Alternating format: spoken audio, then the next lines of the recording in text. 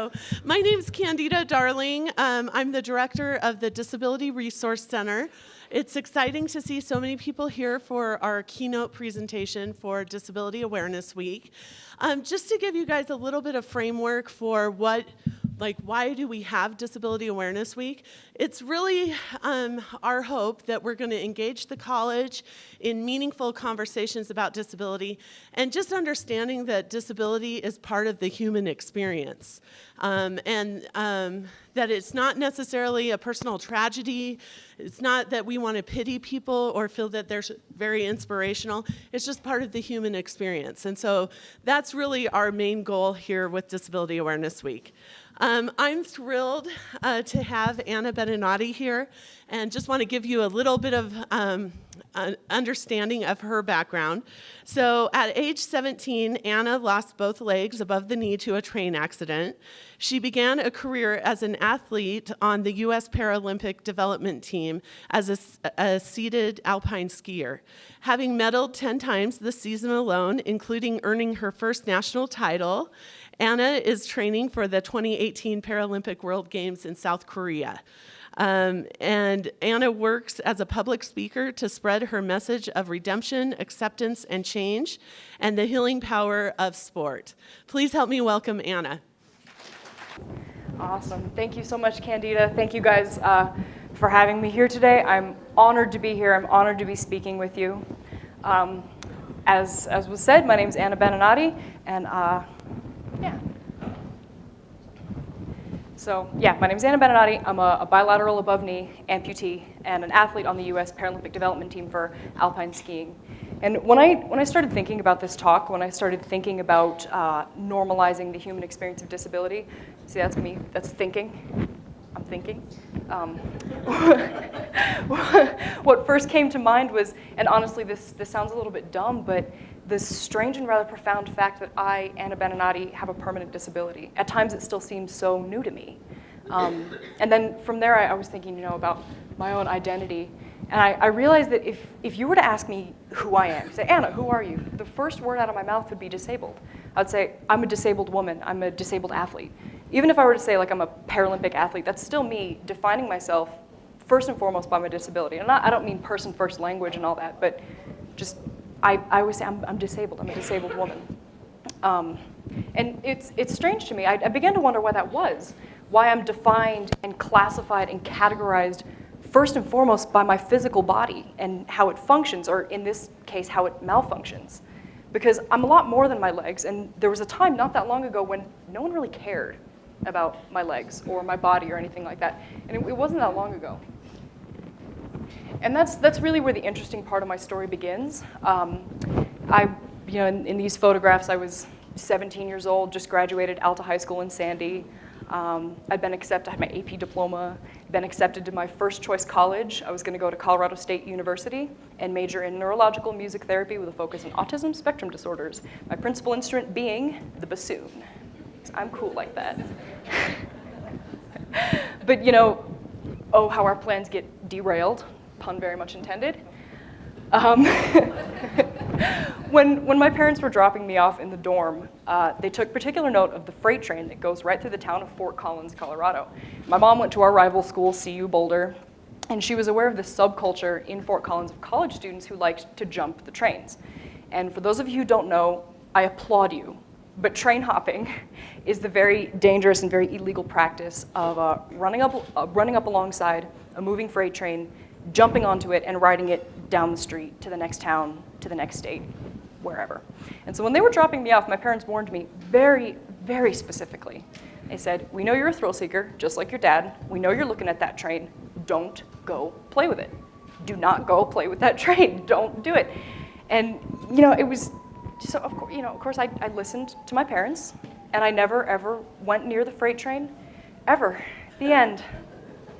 Nah, of course I'm kidding. I was a pro by the end of the week. I was all over that fun game. It was amazing. It was a cheap thrill. It was a free ride. I was invincible. I'm 17 years old. I'm in college. Mom's not watching me. I do whatever I want. It's funny. A couple times she called me and she's like, "What are you doing? You playing with the train?" No. Yeah, I was. But then on the night of September 4th, after a couple weeks in college, I was struck by an insatiable wanderlust. And I hadn't been very social in college. I'm a bit of an introvert. I just kind of sat in my dorm room and played with my fish. And I was struck suddenly by this wanderlust, and I needed to go someplace. I needed to do something. And so I went down to my favorite coffee shop, and by happenstance, I met a stranger who was planning the exact kind of adventure that I was looking for. So this is Charlie Hamilton on top of a freight train. This was taken a couple weeks before all of this transpired. And Charlie, he was a very, very experienced train hopper. He was really good at this. I heard rumors that he went all the way to Cheyenne. He jumped the train from Fort Collins all the way to Cheyenne once. And when I overheard him talking in this coffee shop about how he was planning this train hopping trip, he was going to jump the 8 o'clock train to Denver to meet up with some of our mutual friends. I didn't know this man, but I heard him talking about this, and I jumped right in there and say, "Hey, you're going to take me with you." He's like, no, what are you talking about? No, I'm not. Who are you? Get out of my face. But I wore him down, and I pestered him, and I needled him, and he kept telling me, he told me verbatim, I kid you not, he said to me verbatim, "People get run over doing this. They get their legs cut off." I'm like, yeah, people. I'm not people. That's not gonna happen to me. And he was so resistant, and I wore him down, and eventually he did. He agreed to take me with him. And so we, Charlie and I, my brand new friend, we jumped the 8 o'clock train outside of the coffee shop, and after a long night of train hopping and meeting up with our friends and nothing beyond that remotely going to plan, we found ourselves by way of a hitchhike in the back of an open bed of a pickup truck in the town of Longmont, Colorado, at the corner of 3rd and Atwood. And there are 3 cardinal sins of train hopping. For one, you never try and jump a train that's running faster than you can comfortably run. You don't ever do that. That's a recipe for disaster. 2, you don't ever try and jump a train if the tracks are lined with rocks. I don't know if you guys have ever seen that. There's like rocks on the side of you don't ever try and jump a train that's like that, because you can't get your footing on those rocks and you trip and you fall. And then the third thing is you never jump at a railroad crossing, because everyone's gonna see you, everyone's gonna call the cops, and you're gonna get arrested. And that day, for whatever misguided reason, we decided to do all 3, me and Charlie and my 2 friends. And so I found out after the fact, as we were talking about this later, that as we were setting up for this jump, as the train was going by, Charlie was behind me, and he was screaming at me to stop, not to do this, because it was going too fast. There was rocks, people were looking at us, but I didn't hear him, because we were too close to the train, and I didn't hear him, so I went for it. I ran up alongside the train, I grabbed the ladder, I jumped, and I went underneath. The next thing I knew, I was watching 3 30-ton coal cars pass over my legs. And what almost made it worse was that for about 10 minutes prior, I'd had this really strange sense of impending doom. It was weird. I'd never experienced anything like it, but I was terrified. Sitting here, and I never said anything about it, but I was just sitting there silently terrified that I wasn't going to get on that train. And it was that clear of a thought. I kept thinking, I'm not going to get on this train. Something's telling me I'm not going to get on this train right now. And at the time, I was really afraid that because these other 3 guys I was with were much better train hoppers than me, they were going to get on this train, I was going to chicken out, and they were going to be gone, and I'm going to be in middle of nowhere, Colorado, with a dead cell phone battery, and I'm going to have to call my parents on a payphone and tell them what I did. That was what I was terrified of. But I talked myself out of it. I was like, no, you want to look cool in front of these guys. You want these guys to be your friend. We just had a really awesome time together. Don't you ruin it by being a baby. So I talked myself out of it. There was no peer pressure. These guys put no pressure on me whatsoever. But that was just all me in my head. And so I did it. I talked myself out of that instinct that was there to keep me alive.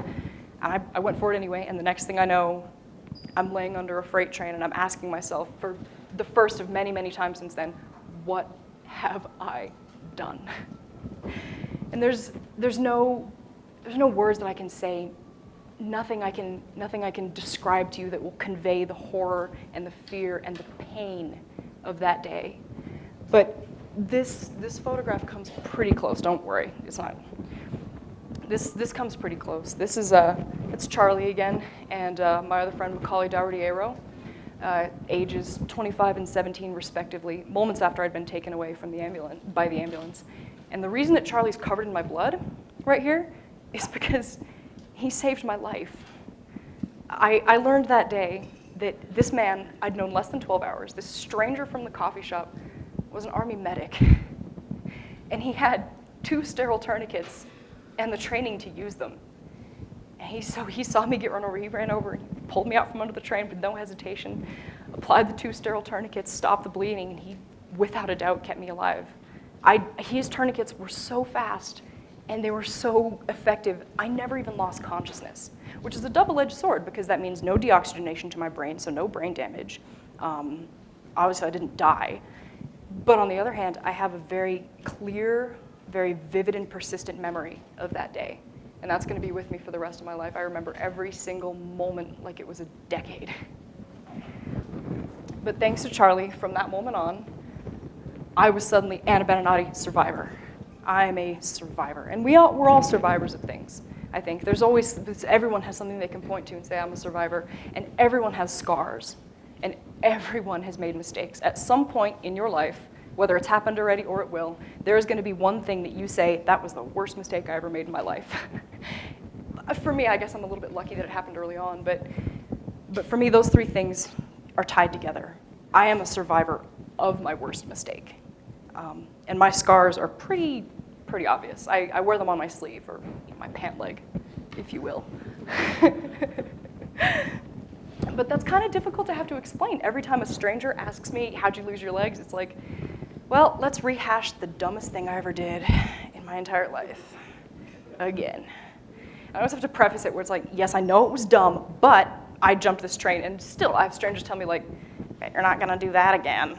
I'm like, no, I don't think I will. Like, for a lot of reasons, I don't think I'm going to do that again. Thank you. You know?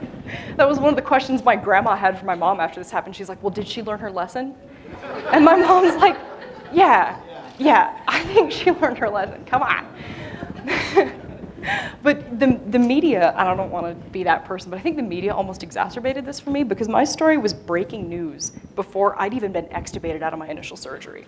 Before they knew I was going to live, people across the state, across the country knew my name and knew my story.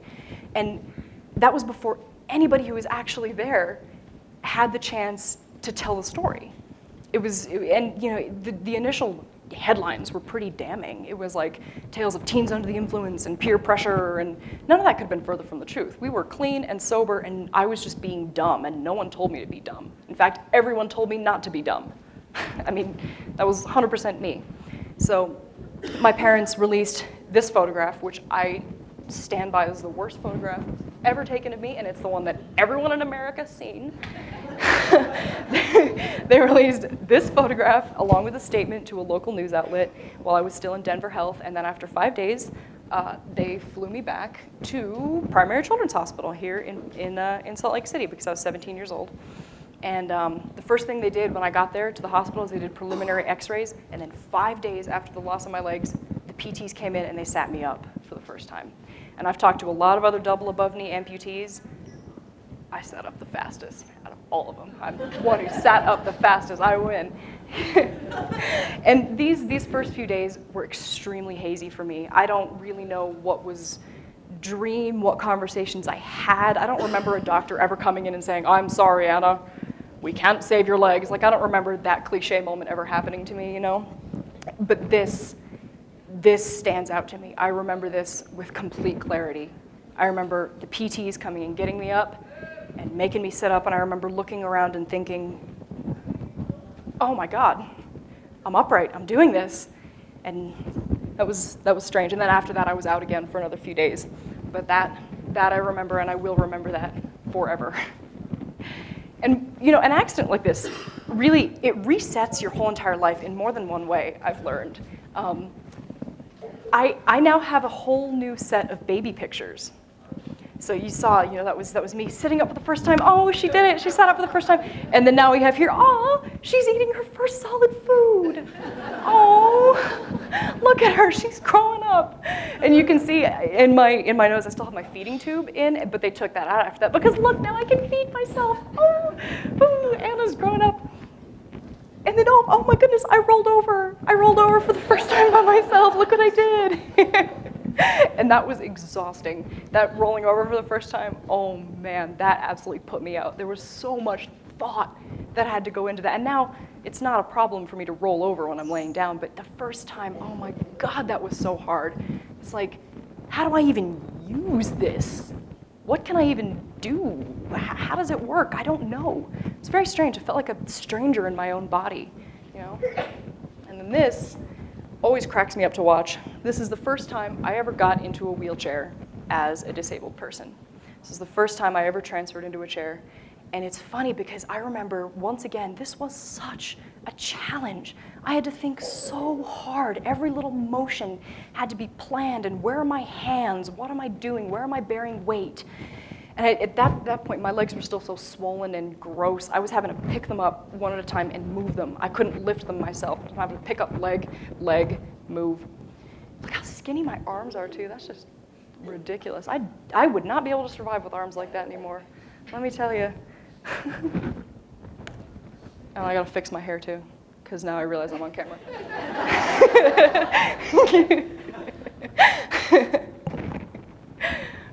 It is so strange now, that motion of getting in and out of my wheelchair, that's so second nature. I don't have to think about that anymore. That's nothing, but that first time, my God, it was such a challenge. It was so hard. And I remember, in the hospital with doing PT, they taught me how to, how to work on my standing balance. They taught my parents how to get my chair up and down the stairs and, things like that. And then after about 30 days, it was like September 29th, they sent me on my merry way. And so began my life as a person with a disability. And nobody ever plans for disability, Nobody ever sits down and has a really realistic conversation with themselves about what they would do if they suddenly became disabled, if they lost their sight or became quadriplegic, or if their spouse did, or if their child did. And nobody should have to think about that. That shouldn't be something that any of us have to plan for. But for so many of us, these perfect life plans that we've got written have to be completely erased and rewritten, It's very difficult. And honestly, that first week home from the hospital, that was probably the worst week of my life. It's supposed to be that when you get sent home from the hospital, it's because you're better, But for me, that wasn't the case. I got sent home from the hospital because I was as good as I was gonna get. I got sent home from the hospital because I was ready, And when I got home, it was like I was totally unprepared for all of this. Nobody warned me about it, none of it, about how hard it would be. Simple things, like how hard it would be to lie comfortably in a normal bed. How even if I could get comfortable, I'd be plagued all night by nightmares and flashbacks and phantom pain. Honestly, the worst pain I experienced throughout all of this was the phantom pain. That was the worst thing. Just my legs hurt, but the phantom pain was the worst. And it's like I'd be sleeping on my back because that was the only way that I could lay down. And then I'd get woken up by nightmares, and because I was on my back, I'd wake up and it was like I was underneath the train again. I'd see it and feel it, all the sounds and the smells. It was hard. And it was like, my parents' house was totally different. There was a ramp in the backyard, as you just saw. There were rails around my toilet in the bathroom. There was a chair in my shower. My whole bedroom had been completely rearranged so I could fit my wheelchair in there. And I was depending on this equipment. I'm learning I've got to have a wheelchair. I had a permanent IV line in my arm that I needed IV antibiotics in 2 times a day. I had this horrible device, brilliant advance in medical technology, called a wound vac attached to my left leg, which is it's a vacuum stuck to your wound that keeps constant suction on it and forces it to drain. And I was having to tape plastic bags over my legs to get in the shower, and I would have to, that stupid wound vac doing that all day long, all night long. I have to plug myself in and charge at night, hang the wound vac next to my bed. That was rough. It was hanging on the back of my chair, and I would always have to take the wound vac off the back of my chair before I could get out of it. And sometimes I'd forget, jump into the bed, and then I'm tethered to the wheelchair, and it was a very weird time for me. It was very, very hard. And I definitely put on a happy face. There were a lot of people that I needed to be strong for. My parents, my family, Charlie. Charlie came out to visit as soon as I got sent home from the hospital. You can't tell, but he's the one pushing me on the swing right here in the swing picture. And that was probably a questionable safety decision, but not the most questionable, not the most questionable that he and I have ever made together. So, so was good. But I put on a happy face, and I tried to be strong. But alone at night, you know, sitting awake in my room, I truly began to question my life's worth. I really, really did. And, you know, then one night I think I just got sick of it. I was just tired. And I think somebody earlier that day had pointed out to me that by the time I'm 34 years old, I will have been an amputee for as long as I ever had legs. And that was a really frightening thought to me, because that made me think of my life in the long-term sense again.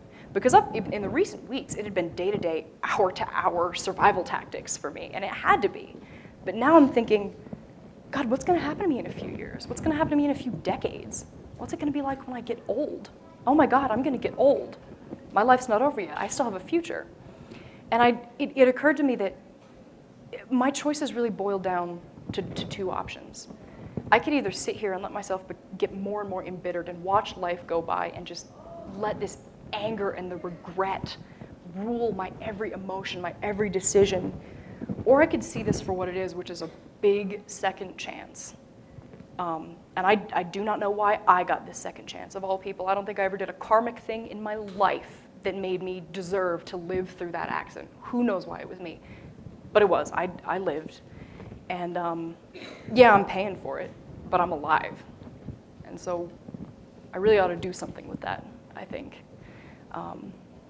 Because I have a lot of years ahead of me. 34 is not that old. That's weird. I can't imagine what it's going to be like when I'm 34 and I've been an amputee for as long. It's very weird, you know? And so that was the decision I made, that I'm going to get up and I'm going to actually do something. And it's going to be hard and it's going to suck, but I'm going to do it. And I don't want it to seem like every day after that moment was perfect. I don't want it to seem like that was the magic, now it's rainbows and stuff, but because it wasn't. I had a lot of hard days. It was still a big struggle. I still have that conversation with myself all the time about that give up or get up, all the time. But that mindset, that paradigm shift, really, really, really helped. And I was really fortunate too in that there was no shortage of support for me. I began to go to therapy for my nightmares and whatnot, and wouldn't you know, I was diagnosed with post-traumatic stress disorder, and so I started doing cognitive behavior therapy and exposure therapy and things like that to get through that. And my mom and I were still going back to the hospital 2 or 3 times a week for wound care on my 2 legs. So we never felt too helpless in our full-time job of keeping Anna alive. That's what it felt like for a while. And and that's the other factor here, is suddenly I was spending more and more meaningful time with my family than I could ever remember. It's like, especially my mom. Oh, especially my mom. It's like the kids would go to school in the morning and my dad would go to work, and then day in and day out, it was me and her against the world.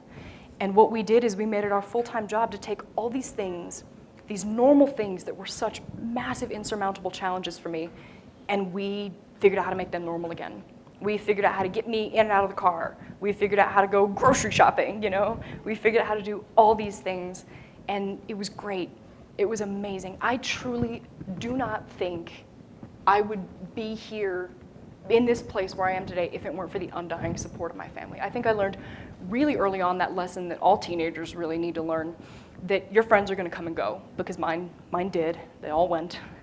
But your family's going to be there whether you want them to be or not. It drove me nuts for a while, because it's like, here I was, 17 years old. I had done 2 weeks of college out of state on my own. This is a time in my life when I'm supposed to be spreading my wings and learning how to be an independent adult. And not only do I have to come home back to my parents' house, but I literally would be dead if it weren't for my parents taking care of me all the time. That was a weird regression, and it was very uncomfortable for a while. But then, I just kind of had to let it happen. And sure enough, I learned that my family they were like some pretty cool people. They were pretty cool, But that's truly, when I look back on September 5th, the day of my accident, the thing that fills me with the most regret is not that I'm going to be like this for the rest of my life, because I've made my peace with that. I mean, it's like, Anna, do you forgive yourself? Yes, I forgive myself. Oh, good, The thing that fills me with the most regret is what I put my parents through that day. Their forgiveness for me is flooring, because I've heard the story of when they got the phone call, and I'm appalled with myself. It's like, you selfish idiot. there are people in your life that this affects beyond you, and look what you've done to your family. That's what fills me with the regret, that my parents, my family, they are the strongest people I have ever met. And so, drawing from their strength, with their support, it became like a relatively empowering time for me as I was beginning to learn how to use my body again. It was a big deal when I figured out how to weight bear on the end of this leg, which is now something I do about 100 times a day. And then the one milestone that really, really sticks out to me, the ramp in my parents' backyard leads up to the main floor of the house, which I was really lucky because that's got the kitchen, it had my bedroom, my adapted bathroom, and the computer. And so it's like it had all the stuff that I really needed up there, except for the fact that the piano was 1 floor down and the video games were 2 floors down. Those video games were in the basement. So, and I knew that it could be done. The PTs had showed me in the hospital how to get from my chair to the floor, and I'd done it successfully in PT, but I'd never done it without adult supervision, so to speak. And I was terrified. I was like, oh my God, could I actually die from this? If I do this wrong, could I die? Are my legs gonna fall off more? Like, I was just terrified, I was terrified. I had no idea what to expect. And my mom had been really, really protective of me, which is totally fair. I mean, the last time that lady let me out of her sight, look what I did to myself. So, so she was really, really protective of me, but it got to be just a little bit too much. It's like, oh my God, I really need to play video games right now. So I waited until one day when she was upstairs in her bedroom on the phone with somebody, and I really sneakily and quietly pulled over a kitchen chair next to my wheelchair. I got my wound vac slung over my shoulder, and I very gingerly lowered myself to the ground, and as sneakily and quietly as possible got down the spiral staircase to the basement. And never in my life has the feel of a controller in my hands been so sanctifying. That was spectacular. It was spectacular. And then a little while later, I'm sitting down there in my own little world, and I'm like, wow, Mom's been on the phone for a long time. This is so cool. And then after a little while, I start hearing the footsteps coming down the stairs, and I'm cringing and I'm bracing. I'm like, oh God, she's gonna kill me. And then the footsteps stop really abruptly. And I know she's standing there right in front of my empty wheelchair, which until then had never been a thing before. It's like Anna and the wheelchair are one. If I'm not in it, I'm right next to it. And now wheelchair's empty and Anna's gone. And I'm kind of like, oh man, oh, here it comes. And she's like, Anna? Anna! And she's like running around. I can hear her running around. And I'm like, Mom, I'm just in the basement. What is your problem? And she freaks out and she runs down there and she's frantic, and it's like equal parts extreme anger and extreme pride. And she, she drags my butt back upstairs, but as I'm coming up the stairs, she's like, as I'm crawling up the stairs, kind of chasing me. And I get upstairs and I get back in the wheelchair, and she calls my dad. And so this is me on the phone with my dad, sheepish grin on my face. I'm explaining what I've done. And that was the big, big turning point. It's like, oh my God, I can do stairs. I am no longer confined to this 1 floor. What else can I do? Oh my God, let's figure it out. This is fun now. What am I gonna figure out today? I can do all kinds of tricks. And it started to be really, really fun. I remember I enlisted my siblings for help, and there was a big theme for that time in my life. It was like, Anna, does Mom know you're doing this? Don't tell Mom I'm doing this, It's like, Mary is my little sister. Mary, come here. She's like, what are you doing? No, Mom doesn't know you're doing this. Stop it, get down from there. What are you doing, That was the theme for that time period. And it turned into a lot of fun, and it turned into jokes. I wasn't so uptight all the time. I wasn't so jumpy. I mean, I'm still jumpy, but I was less jumpy. I started improving in therapy because it's like, oh, I can do stuff. And like this one over here, my mom and sister were trying to shoe shop. And I just didn't think that was very funny, that they were bringing me shoe shopping. So I took this thigh-high boot and just jammed it onto the end of my leg and started rolling around the store like that. And the store clerk was not a fan of that activity. But I don't really care. And just so you know, that joke is never gonna get old. That will never be unfunny, okay? These 3 pictures were in the past year, okay? I could give you an entire PowerPoint of just me putting stuff on the end of my leg. Like that, that is always a funny joke. Or I'll take my friend's shoes and put them on my footrest down there. You know, that will always be funny, okay? And so then, you know, once I had exhausted all mischief possibilities in the house, it was, 2 months of, hanging around the house, and it's like, well, I've broken every rule in here. Where can I branch out to? I decided that, just kind of very unpremeditated decision, decided that I wanted to learn how to ski. Because there was an adaptive skiing program at Snowbird, Wasatch Adaptive Sports, and I was aware that they existed. But I hadn't really, I was a skier before, kind of, and I was like, yeah, you know what? It's ski season. That's what I'm going to do. I'm going to go be a skier. And I figured when I started doing this, when we're getting me in the equipment, I was like, yeah, I'm never going to buy this equipment. I'm never going to be really good at this. Maybe, my parents will humor me with a bunny run, like a bunny hill run, once or twice a season, and then, I'll go in and drink my hot cocoa while they actually have a ski day. That's about the speed this is going to be. But, I'll do it. It's another thing. It's another place where I can cause trouble. So I went up there, and they put me in a bi-ski with 2 skis underneath, and they had like a whole team of instructors on me that first day, and that first run, it was like, where can I buy this equipment? Haha, I took to that. That was like, this is so cool. I don't remember skiing being this fun when I had legs. What is this? And so I got better.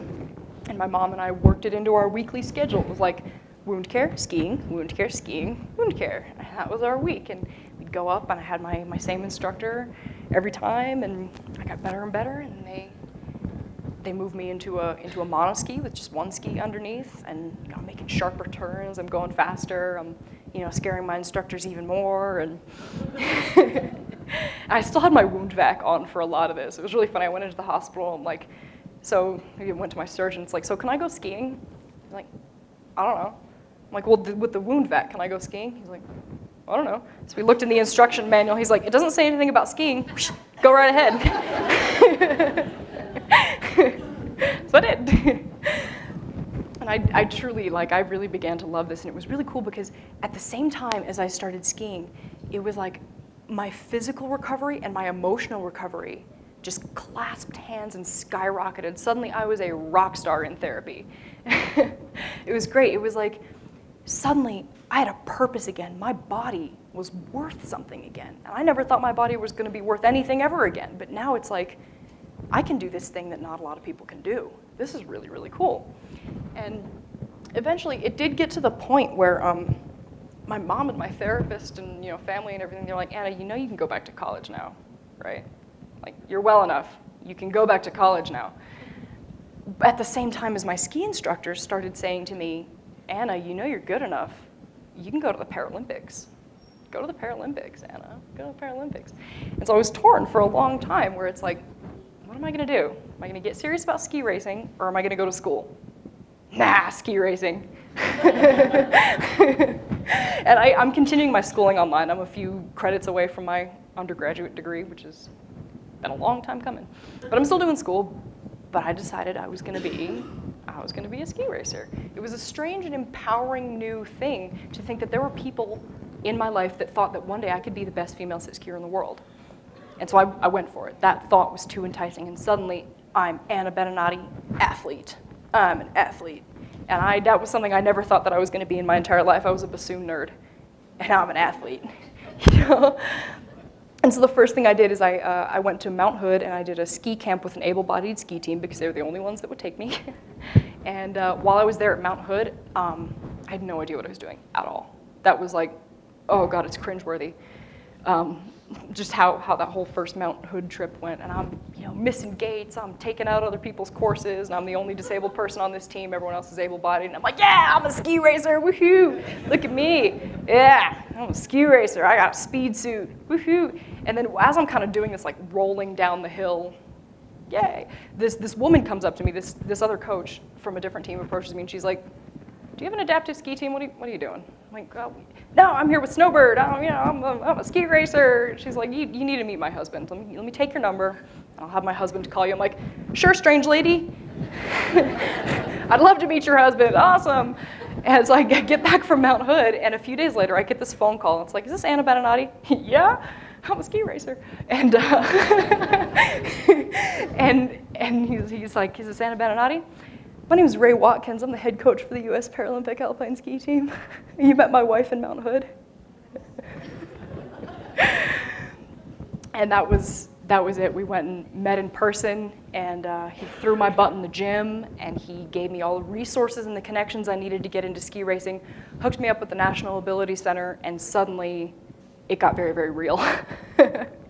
I'm in the gym 7 days a week. I'm on snow 5 days a week. I'm tuning my own skis. I'm learning all these things, and it's a big challenge, but it was like, oh my God, this is amazing. This is what I wanted. Am I a ski racer now? I thought I was before, now I'm a ski racer, right? Yeah. And it's intimidating because unless you're under 15, there's no rookie league for Paralympic alpine skiing. Once you have your IPC, your International Paralympic Committee license, you're up there and you're competing against these 5-time world champions with more Paralympic medals than you can count on 2 hands. It is wholly intimidating. I remember my first ski race I ever went to. I'm sitting there on the floor working on my monoski, and who goes wheeling past but Tyler Walker, my absolute sit ski hero, the guy whose videos I've spent hours watching on YouTube. This dude, I have him on such a high pedestal, and he's right there. And we're about to go to the same race start. We're about to go inspect the same course. We're gonna do the same race. That was overwhelming for me. But, and I'll more on that in a minute, but ski racing has been incredible. I've done things I never thought I'd ever do in my entire life. As a disabled or an able-bodied person, I've traveled the world for ski racing. I've spent a few months out of the last few summers chasing the winter in Australia. Like this picture, this is me and Shannon Dallas, 2-time Paralympic alpine racer. He competed in 2006 and 2010. Really good sit skier. And this is the two of us at the highest lifted point on the Australian continent, the highest you can get via a chairlift in the entire continent of Australia, and it's lower in elevation than Sandy. Oh, they think they have mountains. They don't know mountains. And I mean, I have had triumphant athletic successes, the likes of which I never in a million years would have predicted I've had. I'm the current Canadian national champion in women's seated slalom. Don't know how I swung that, but I did. Canada better watch out. And it was cool because when I won that, they gave me, instead of a medal, is this huge beer stein. It says like national champion on it. And then it broke in my bag on the way back, but yeah. Never got to drink out of my beer stein. I was heartbroken. And then, I've had some kind of like really stupid victories. Like this day that I was really, really mad about the bronze medal around my neck. That should have been silver. I was so close. That should have been silver. But even in a metacognitive sense, that was kind of cool. It's like, I've come far enough that I'm fully aware I could have had that silver.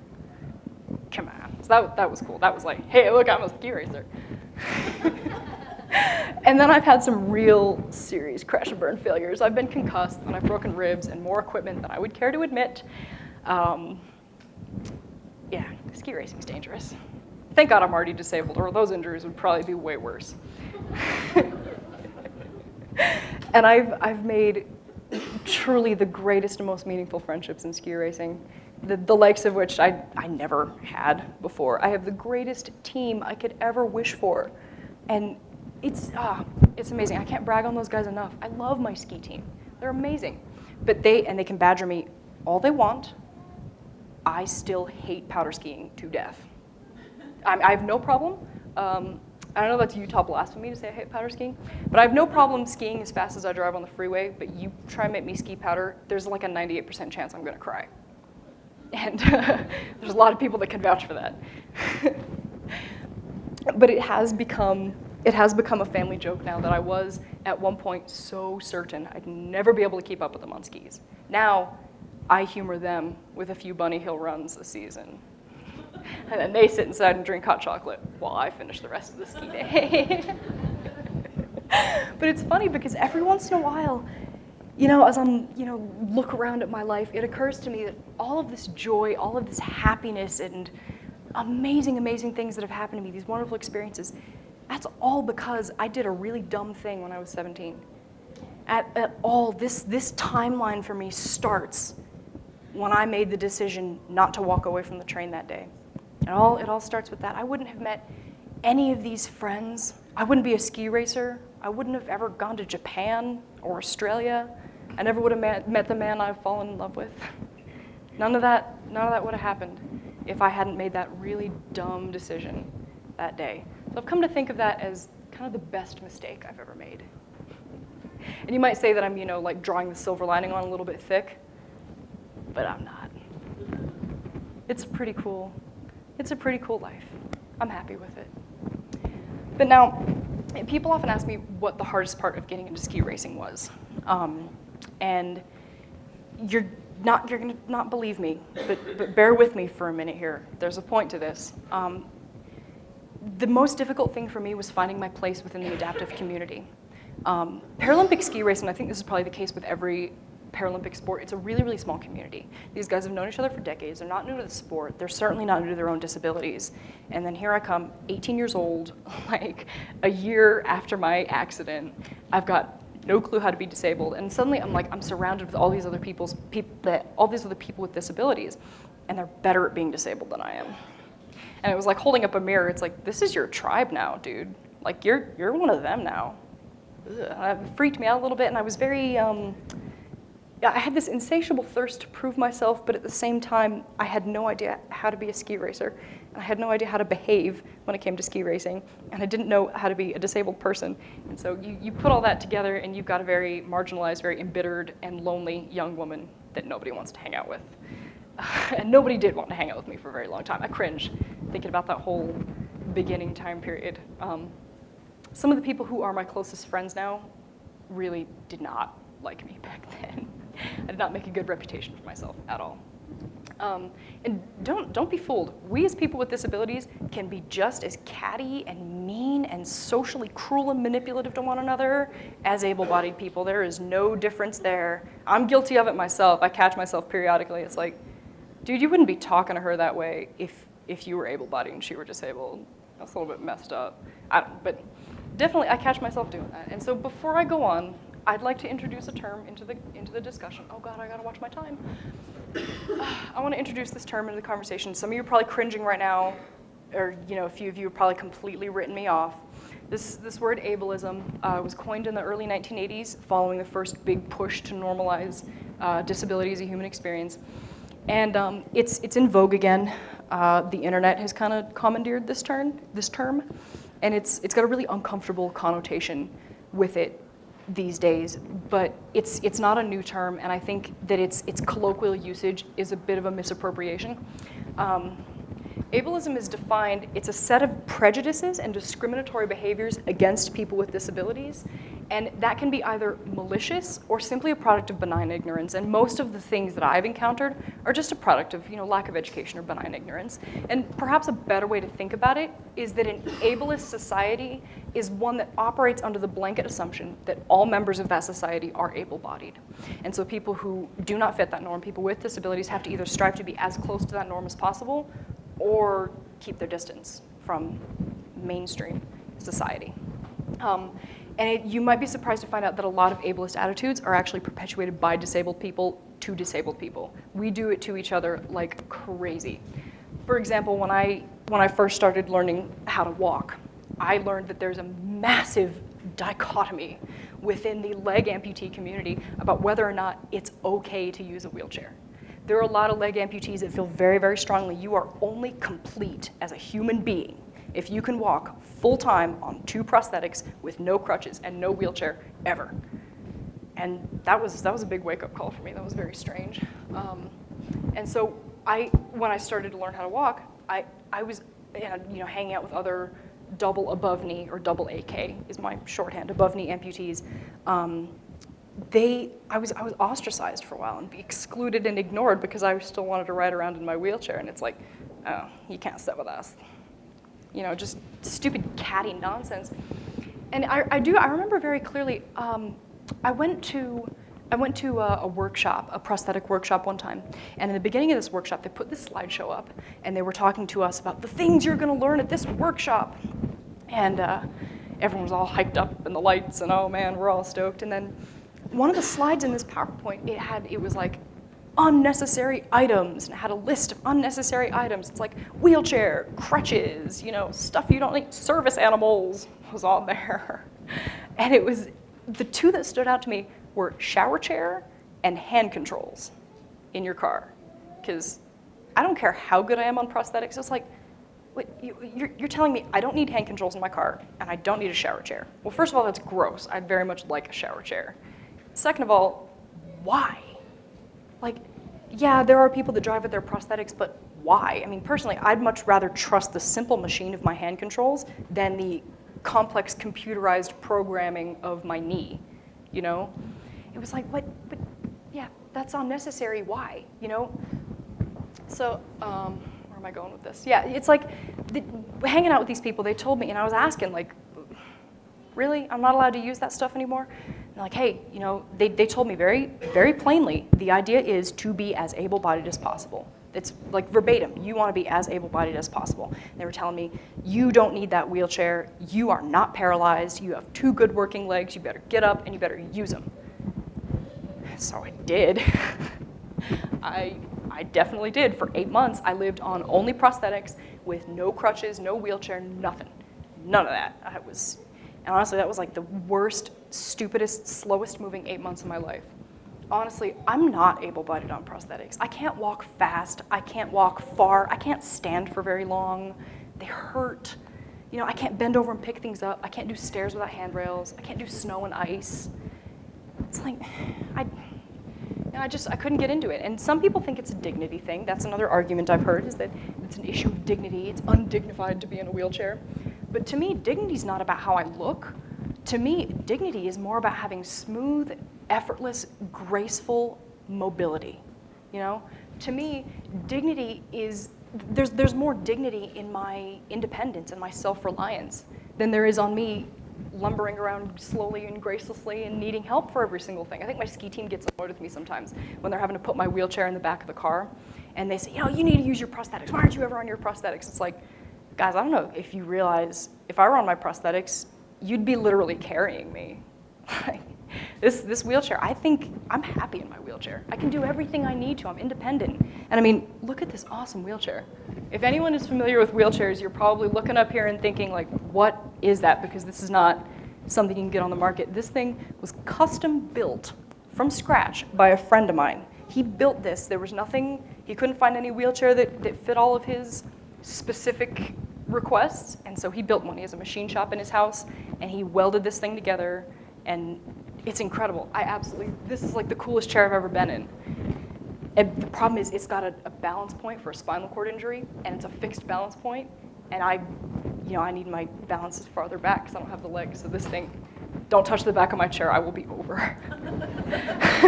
It's super dangerous. But on that note, I think that every person with a disability deserves an honorary degree in engineering. We are honestly the most creative and inventive people that you will ever meet. It's the funniest thing. And yeah, it's being disabled, it's taught me how to see things not for their intended purpose, but for how I can make them work for me. Like what I can use them for. Like this, for example, like I said, I can't carry stuff when I'm on my prosthetics. So what I did is I bolted a ski binding to a skateboard so I can clip my monoski in and walk behind it and push it instead of having to carry it. Things like that. People with disabilities are absolutely masters of problem solving. We have to be, because this world is not always built with us in mind. It's just not, I mean, nothing in life is certain, but death, taxes, and stairs, and every person is gonna have their own solution for it. You present the same problem to 3 people with similar limitations, and I guarantee you are gonna get 3 profoundly different solutions. But no matter what, I guarantee you that solution is gonna be found. And it may not be pretty, and it may take us a while, but we will find a solution. And soon enough, I think the rest of society is gonna catch on to that very unique way of thinking and seeing the world that only comes when you have no other choice. It's astounding how strong you can be when strength is the only choice that you have. And that's kind of what it feels like to be living with a disability sometimes. And that's not to say that we haven't come an extremely long way.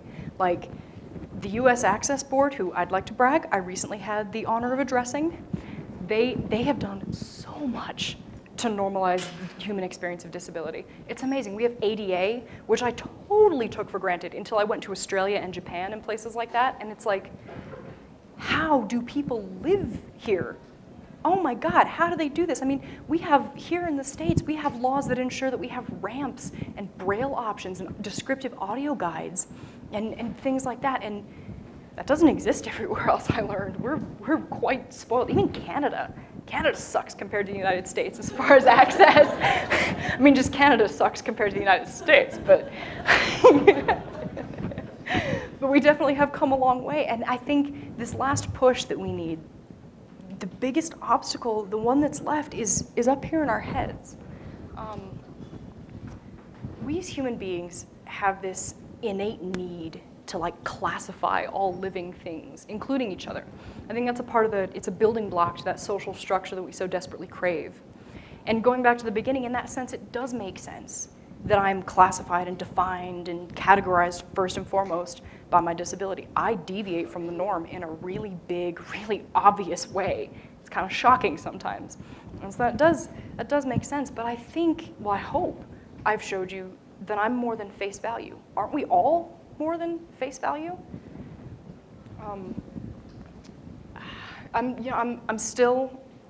a daughter, and I'm a sister, and I'm a romantic partner. I'm still a student. I'm an elite athlete. I'm a white girl who loves to take selfies, and my Starbucks order would make your head spin. Like, I still am all of those things. But, in the scope of human history, I think that the idea of humans surviving with permanent disabilities, that's a very new concept as far as human history. And human beings thriving with permanent disabilities, that is an even newer one. And I think it might take a little while for our social minds to catch up with what our scientific minds have allowed us to achieve. Even those of us who are most in need of that change, we've got some work to do with it. And so I'd like to rephrase something I said earlier. I'd like to take back something I said earlier. When I rolled up onto this stage, I said, my name is Anna Beninati, and I'm a bilateral above-knee amputee. And I'd like to take that back now. My name is Anna Beninati, and I am a competitive alpine ski racer.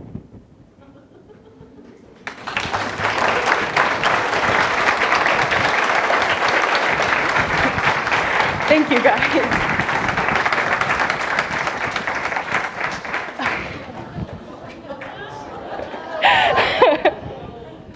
If you guys are not sick of hearing my voice, if you've got any questions, I would be happy to take them. Thank you guys so much. You were an amazing audience. Yes. What am I majoring in was the question. I am majoring in industrial and organizational psychology. I hope to, that the point of IO psychology is you want to increase happiness, health, and productivity of employees. And so what I'd like to do is, because I don't think I'm cut out for clinical, I'd like to tie it into my public speaking and do ability awareness for the workplace, teach employers how to not be weird about disabled employees. The question was, what would I suggest as far as people who are unfamiliar with the situation relating to a person with disabilities, just being awkward and stuff. I think what I would suggest is if you have a question, just ask it.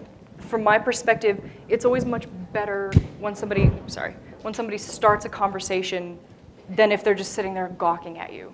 It's more humanizing to actually be talked to. But I mean, just treat people with disabilities like people. You don't need to like get down on my level like this and talk to me like I'm a baby, It's not necessary. Just ask. Just talk. Treat me like a human. And if your kids are, kids I give like a bit of a free pass to, because kids are going to be tactless no matter what. But if your kids are being weird about somebody with a disability, do the parenting thing and make them stop, please. Don't let your kids sit there and scream at me about, she has no legs, for 30 minutes in the grocery store. But I think in a sense, people with disabilities, we have our own jobs cut out for us as far as fixing that kind of awkward first interaction, because people with disabilities, I've noticed, can be really bitter and standoffish when somebody comes up and starts talking to them in public, and it's like, dude, if you want people to be educated, educate them. Don't sit here and just assume everyone should automatically know. Like that's on us. We have to be communicative and, open to teaching people if they want to learn. Yeah. I just wanted to know about that picture. What can you tell us about that? This is, Charlie, who did my tourniquets, he works in Evanston a lot, or Rock Springs a lot, Wyoming. And whenever he's in Rock Springs, he always tries to get a couple hours away from work where we can drive and meet someplace, because I'm in Park City, so we can meet someplace. And this was one of these times. He was like, we need to meet up. I'm in Rock Springs. You drive an hour, and I'll drive an hour, and we'll meet in the middle. And we did that, and we found ourselves in Echo, Utah. And I don't know if you've ever been to Echo, Utah. Yeah. So there's like one thing in Echo, and it's trains. And we were not expecting that at all. And I got there first, and I'm like, oh, you've got to be kidding me. You have got to be kidding me right now. And so I'm looking around, he's not here yet. So what I did is I climbed on top of this. There's like a section of track with this like decommissioned, historic looking coal cars. And so I climbed on top of this coal car. And as Charlie's driving up, I'm like, hi. And he freaked out. Dude came flying out of his car and he's screaming and get down from there. Don't you ever do that to me again. And then we were both kind of like, should we take this picture? Yeah, let's take this picture. Let's do it. Oh my God, it'll be great. And so I took this picture of me underneath the train, and I texted it to my mom, and she didn't know that Charlie was coming to visit. She had no idea that we had met up. And so I texted that to my mom, and she's like, is Charlie visiting? So she knows us very well. But I always like to put that in there, and it's great because it always takes the audience just a second to figure out what they're looking at, and then they're like,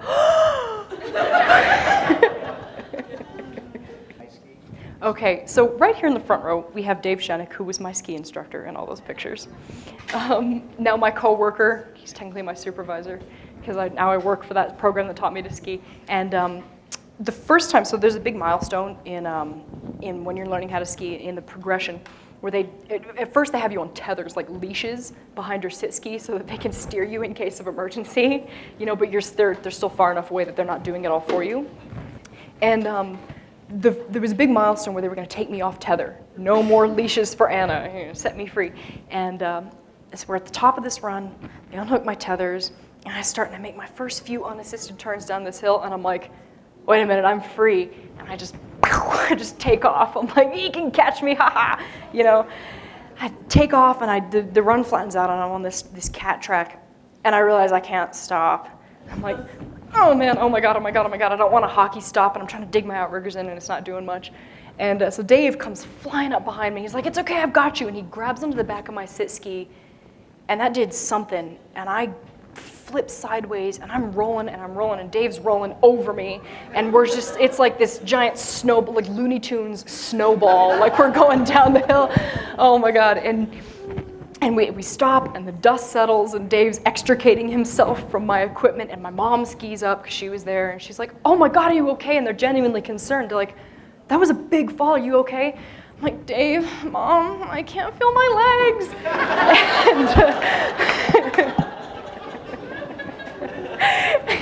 And there's people skiing by, and they're like, oh my God, somebody do something, she can't feel her legs. And because my mom's sitting there, she's like, oh, shut up, I don't want to hear it, you're fine. It's a full-time job frightening the general public.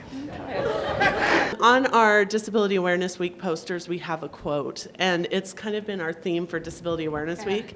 And I think what you talked about just really personifies it, so I'm just going to share that. It's from Neil Marcus, and it says, disability is not a brave struggle or courage in the face of adversity. Disability is an art. It is an ingenious way to live. And I think Anna personifies that greatly. Thank you so much. Thank you, guys. Thank you so much.